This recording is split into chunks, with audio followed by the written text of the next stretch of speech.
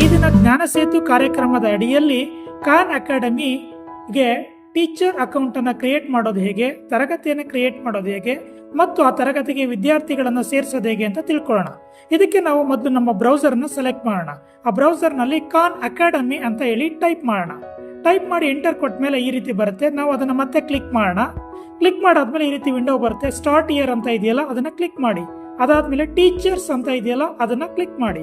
ಅದಾದ್ಮೇಲೆ ನಾವು sign up ಆಗಬೇಕಾಗತ್ತೆ. ಕೆಳಗಡೆ sign up with Google account ಅಂತ ಹೇಳಿ ತಗೊಳ್ಳಿ.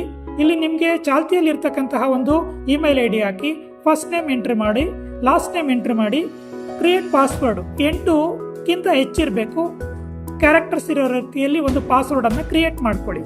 ಕ್ರಿಯೇಟ್ ಮಾಡಿದ ನಂತರ ಈ ರೀತಿಯಾದಂತಹ ಒಂದು ನಿಮ್ಮ ಪ್ರೊಫೈಲ್ ಅಂದ್ರೆ ಟೀಚರ್ ಅಕೌಂಟ್ ಓಪನ್ ಆಗುತ್ತೆ. ಅದರಲ್ಲಿ ಈಗ ಟೀಚರ್ ಪ್ರೊಫೈಲ್ ಅಪ್ಡೇಟ್ ಕೇಳುತ್ತೆ. ಅದರಲ್ಲಿ ಡೇಟ್ ಆಫ್ ಬರ್ತ್ ಎಂಟ್ರಿ ಮಾಡಬೇಕಾಗತ್ತೆ. ಮಂತ್ ಮತ್ತು ಇಯರ್ ಅನ್ನು ಸೆಲೆಕ್ಟ್ ಮಾಡಿ ಲೆಟ್ಸ್ ಗೋ ಅಂತ ಇದೆಯಲ್ಲ ಅದನ್ನ ಕ್ಲಿಕ್ ಮಾಡಿ.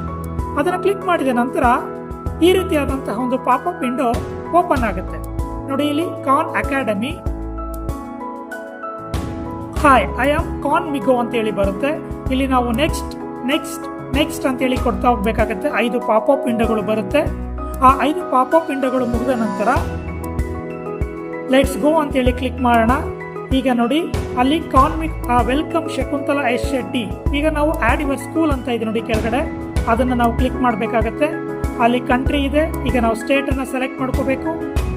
ಕರ್ನಾಟಕ ಸ್ಟೇಟ್ ಆದ ನಂತರ ನಾವು ಡಿಸ್ಟ್ರಿಕ್ಟ್ ಅನ್ನ ಸೆಲೆಕ್ಟ್ ಮಾಡಬೇಕಾಗತ್ತೆ. ಹಾಸನ್.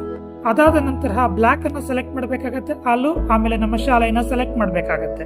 ಸೆಲೆಕ್ಟ್ ಮಾಡಾದ್ಮೇಲೆ ಈ ರೀತಿಯಲ್ಲಿ ಖಾನ್ ಮಿಗೋ ಟೂಲ್ಸ್ ಅಂತ ಇದೆ ನೋಡಿ ಕೆಳಗಡೆ, ಅದನ್ನ ನಾವು ಕ್ಲಿಕ್ ಮಾಡಬೇಕಾಗತ್ತೆ. ಅದನ್ನ ಕ್ಲಿಕ್ ಮಾಡಿದಾಗ ನಮ್ಗೆ ಅಲ್ಲಿ ಕ್ಲಾಸಸ್ ಸ್ಟೂಡೆಂಟ್ಸ್ ಅಂತ ಬರುತ್ತೆ. ನಾವು ಕ್ಲಾಸಸ್ ನ ಸೆಲೆಕ್ಟ್ ಮಾಡೋಣ. ಅದಾದ್ಮೇಲೆ ಇಲ್ಲಿ ಕ್ರಿಯೇಟ್ ಕ್ಲಾಸ್ ಅಂತ ಕೊಡೋಣ. ನೆಕ್ಸ್ಟ್ ಇಲ್ಲಿ ಮೇಲ್ಗಡೆ ಇದನ್ನ ಓದ್ಕೊಂಡು as I am a teacher ಅಂತ ಇದೆಯಲ್ಲ ಅದನ್ನ ಕ್ಲಿಕ್ ಮಾಡಿ ಸೇವ್ ಬಟನ್ ಅನ್ನ ಒತ್ತಿ.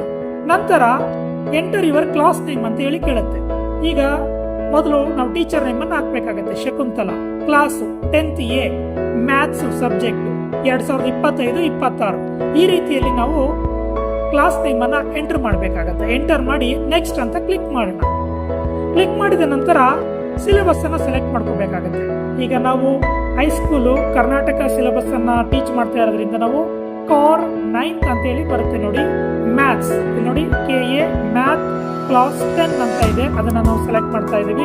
ನೆಕ್ಸ್ಟ್ ಅಂತ ಕೊಡ್ತಾ ಇದ್ದೀವಿ. ನೆಕ್ಸ್ಟ್ ಅಂತ ಕೊಟ್ಟಾದ್ಮೇಲೆ ನೋಡಿ ಈ ರೀತಿ ಬರುತ್ತೆ. ನಾವು ಇದನ್ನ ಸ್ಕಿಪ್ ಮಾಡಬೇಕಾಗತ್ತೆ. ಇಲ್ಲಿ ಯಾವುದೇ ಕಾರಣಕ್ಕೂ ಇವನ್ನ ಸ್ಟೂಡೆಂಟ್ಸ್ ನ ಆಡ್ ಮಾಡಕ್ ಹೋಗ್ಬಾರ್ದು. ಈಗ ಇಲ್ಲಿ ನಾವೇನ್ ಮಾಡಬೇಕಾಗತ್ತೆ ನೋಡಿ, ಶಕುಂತಲಾ 10th A ಮ್ಯಾಥ್ಸ್ 25-26 ಅಂತ ಹೇಳಿ ಓಪನ್ ಆಗಿದೆ. ಈಗ ನಾವು ಇಲ್ಲಿ ಸ್ಟೂಡೆಂಟ್ಸ್ ನ ಆಡ್ ಮಾಡಬೇಕು. ಅದು ಮುಂದೆ 3 ಚುಕ್ಕಿಗಳಿದೆ, ಅದನ್ನ ಕ್ಲಿಕ್ ಮಾಡಿ ಇಲ್ಲಿ 2ನೇ ಆಪ್ಷನ್ ನಾವು ಸೆಲೆಕ್ಟ್ ಮಾಡ್ಕೋಬೇಕಾಗುತ್ತೆ. ಸೆಲೆಕ್ಟ್ ಮಾಡಾದ್ಮೇಲೆ ನಾವು ಇಲ್ಲಿ ತರಗತಿಯನ್ನ ಸೆಲೆಕ್ಟ್ ಮಾಡ್ಕೋಬೇಕಾಗುತ್ತೆ. ಇಲ್ಲಿ ಗ್ರೇಡ್ ಅಂತ ಇದೆ, ಸೆಲೆಕ್ಟ್ ಗ್ರೇಡ್ ಲೆವೆಲ್. ನಾನು 10ನೇ ಕ್ಲಾಸ್ ಅನ್ನ ಸೆಲೆಕ್ಟ್ ಮಾಡ್ಕೊಳ್ತಾ ಇದ್ದೀನಿ. ಸೇವ್ ಅಂತ ಹೇಳಿ ಕೊಡ್ತಾ ಇದ್ದೀನಿ.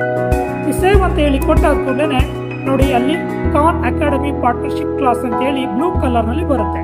ಸೊ ಈ ರೀತಿ ಕಡ್ಡಾಯವಾಗಿ ಬರಲೇಬೇಕಾಗುತ್ತೆ. ಈ ರೀತಿ ಬಂದಾದ್ಮೇಲೆ ಆಡ್ ಸ್ಟೂಡೆಂಟ್ಸ್ ಹೋಗ್ಬೇಕು. ಸೊ ಇಲ್ಲಿ ಕ್ರಿಯೇಟ್ ಯುವರ್ ಸ್ಟೂಡೆಂಟ್ಸ್ ಅಕೌಂಟ್ಸ್ ಅಂತ ಇದೆ ನೋಡಿ ಕೆಳಗಡೆ, ಆ ಆಪ್ಷನ್ ಕ್ಲಿಕ್ ಮಾಡಬೇಕು. ಈಗ ಸ್ಟೂಡೆಂಟ್ ನೇಮ್ ಅಂತ ಇದೆ, ನಮಗೆ ಅಟೆಂಡೆನ್ಸ್ ಅಲ್ಲಿ ಇರೋ ಪ್ರಕಾರ ಆ ವಿದ್ಯಾರ್ಥಿಗಳ ಹೆಸರನ್ನು ನಾವು ಟೈಪ್ ಮಾಡಿ ಎಂಟರ್ ಕೊಡ್ತಾ ಹೋಗ್ಬೇಕು. ಕೊಡ್ತಾ ಹೋದಂಗೆ ಹೆಸರು ಕೊಟ್ಟಿದ ಕೂಡಲೇ ಅದ್ರ ಪಕ್ಕದಲ್ಲಿ ಯುನೀಕ್ ಯೂಸರ್ ನೇಮ್ ಅದೇ ಕ್ರಿಯೇಟ್ ಮಾಡುತ್ತೆ. ಇದನ್ನ ಕ್ರಿಯೇಟ್ ಆದ್ಮೇಲೆ ನಾವು ಎಲ್ಲಾ ಮಕ್ಕಳದು ನೇಮ್ ಎಂಟರ್ ಮಾಡಿ ಆದ್ಮೇಲೆ ನಾವೇನ್ ಮಾಡ್ಬೇಕಾಗತ್ತೆ, ಸೇವ್ ಅನ್ನ ಕೊಡ್ಬೇಕಾಗತ್ತೆ. ಸೇವ್ ಅನ್ನು ಕೊಟ್ಟಾದ್ಮೇಲೆ ರೈಟ್ ಸೈಡ್ ಅಲ್ಲಿ ಸ್ವಲ್ಪ ಡ್ರ್ಯಾಗ್ ಮಾಡಿದ್ರೆ ಕ್ರಿಯೇಟ್ ಪಾಸ್ವರ್ಡ್ ಅಂತ ಇರುತ್ತೆ. ಪಾಸ್ವರ್ಡ್ ನ ಅದೇ ಕೊಟ್ಬಿಟ್ಟಿರುತ್ತೆ ಇನ್ಬಿಲ್ಟು, ನಾವು ಅದನ್ನ ಚೇಂಜ್ ಮಾಡಬೇಕು. ಸೊ ಎಲ್ಲರಿಗೂ ನೆನಪಿರೋ ತರ ಎಲ್ಲಾ ಮಕ್ಕಳಿಗೂ ಒಂದೇ ಪಾಸ್ವರ್ಡ್ ಅನ್ನ ಕ್ರಿಯೇಟ್ ಮಾಡೋಣ. ಕ್ರಿಯೇಟ್ ಮಾಡಾದ್ಮೇಲೆ ನಾವು ಈ ರೀತಿ ಡನ್ ಅಂತ ಕೊಟ್ರೆ ಇಲ್ಲಿ ನೋಡಿ ಡೌನ್ಲೋಡ್ CSV ಅಂತ ಇದೆ. ಇದು ಕಡ್ಡಾಯವಾಗಿ ನಾವು ಡೌನ್ಲೋಡ್ ಮಾಡ್ಕೋಬೇಕಾಗತ್ತೆ. ಡೌನ್ಲೋಡ್ ಮಾಡ್ಕೊಂಡಾಗ ಅವ್ರದ್ದು ಯೂಸರ್ ID ಪಾಸ್ವರ್ಡ್ ಬರುತ್ತೆ.